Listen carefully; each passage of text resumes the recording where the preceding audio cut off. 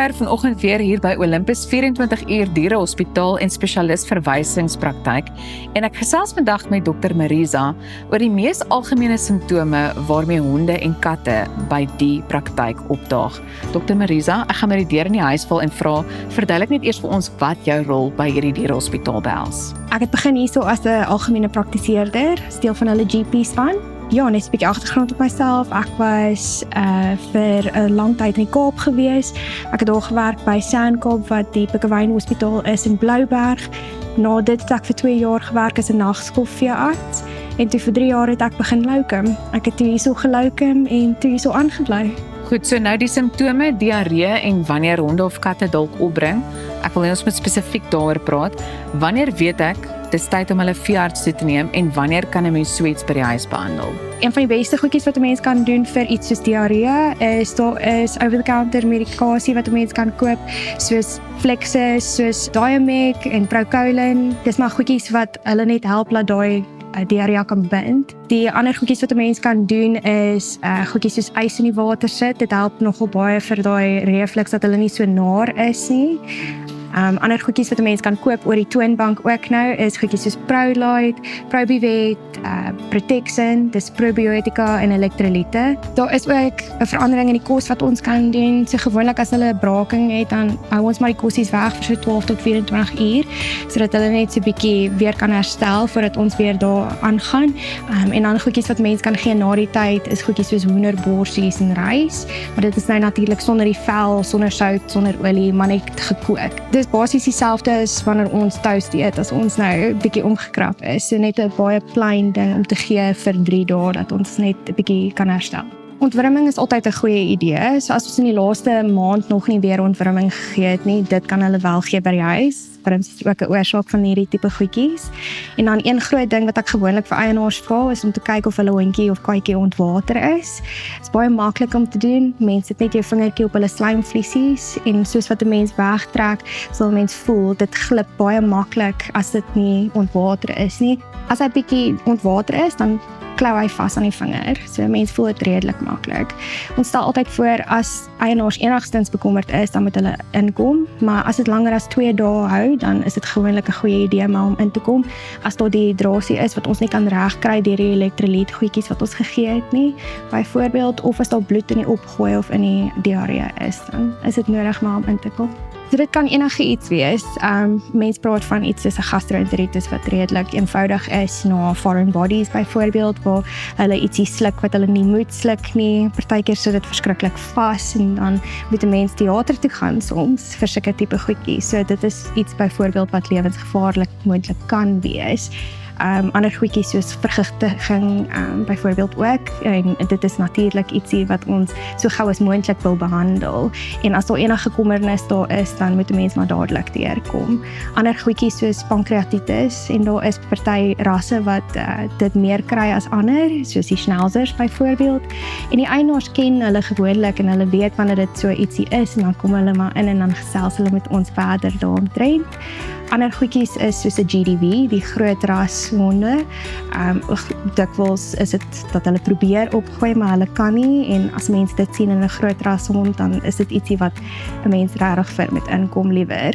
Rather safe than sorry is altyd my siening daaromtrent. Absoluut. Maar daar's enige iets soos wurms kan dit veroorsaak, daar's kroniese enteritis, daar's party rasse wat daaromtrent ook 'n geneigtheid het, maar oor die algemeen is daar soveel wat 'n mens oor kan gesels, en ek kan hierso sit die hele dag en daaroor praat.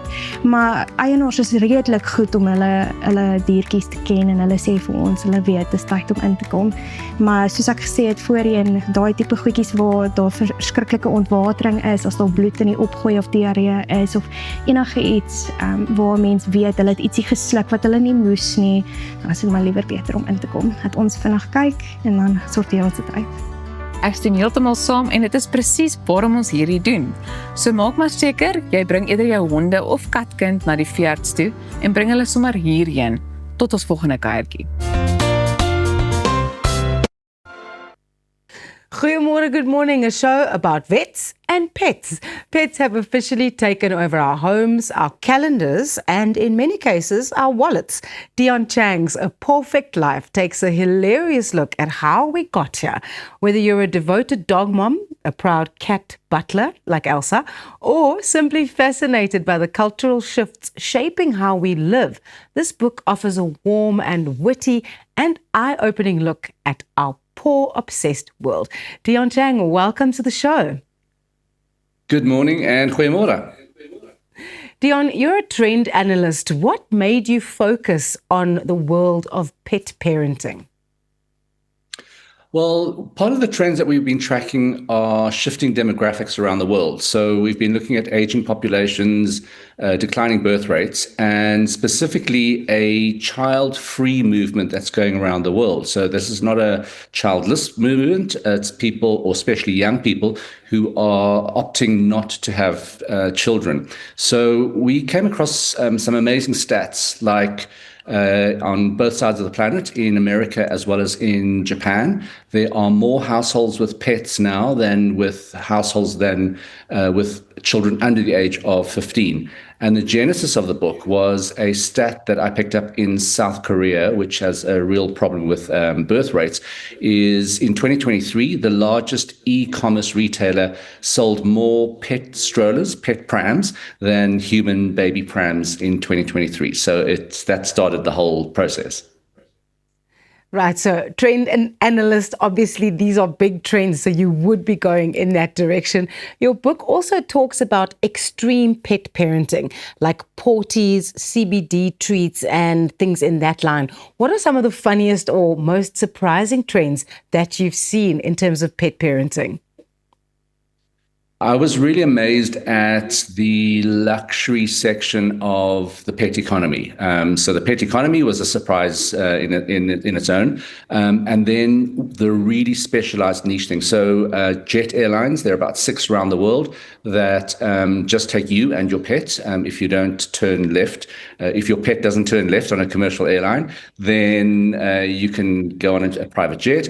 And more hotels that are not only just pet friendly, but some hotels have Michelin star menus, which are room service menus for dogs that come through. So it's really gone extreme.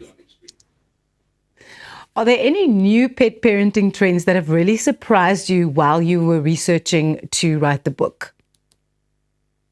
Yeah, so the book has a lot of you'll look at it and you will just shake your head and say, this is insane, this is absurd, depending on which side of the pet parenting fence you sit on. But I think one of the most surprising things is, and it's even changed since the book is published, is the legislation. So the book covers things like paternity leave, so a play on maternity leave. So some companies are actually giving people time off when they adopt a new puppy or a new kitten, so that you can bond and acclimatize with that. And now I've seen a lot of legislation around the world where animals are not seen as property. So around the world, animals or your pets are classified as your property. And now we are starting to see a shift in legislation, mostly because there are actually custody battles.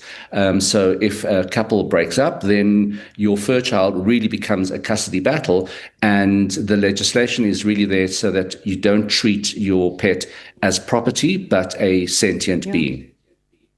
I've actually seen that happening myself with friends of mine that have actually gotten divorced or separated. And then in that agreement, there has to be what is the custody of our fur children or our fur babies. And actually, that was one of the major sticking points about their divorce agreement, was the split time of their dogs.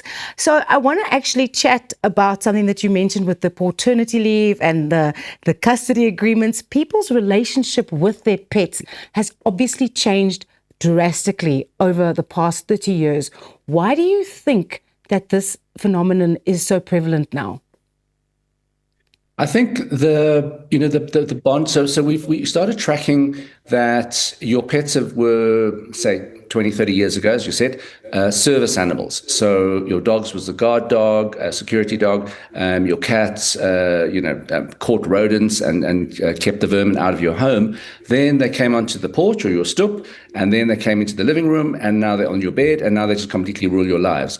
And I think the research has really shown that we've started to see the real science behind that bond. So it's proven that if you look into your pet's eyes, you get a hit of oxytocin in your brain. And it's the exact same hit of oxytocin that you get from looking at your spouse, your children, your loved ones, all of those kind of things. So there's a very, very similar chemical reaction that's happening inside your head.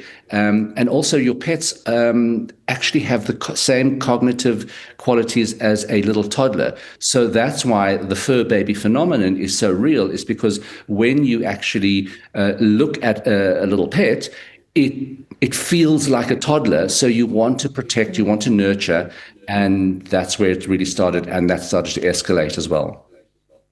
Dion, thank you so much for joining us this morning. This has been such a fascinating conversation for me. I don't have any pets yet, but my kids keep saying, we need to get pets, we need to get pets. So I think I need to get your book first, and then we can get pets. Thank you so much. Thank you so much, Roseanne. Thanks. Bly ingeskakel op Goeiemôre, Good Morning, aka Vets and Pets, want volgende gaan ons hierdie ateljee in 'n laboratorium verander. Jy wil dit nie mis nie, bly net waar jy is. Jy kyk Goeiemôre, Good Morning.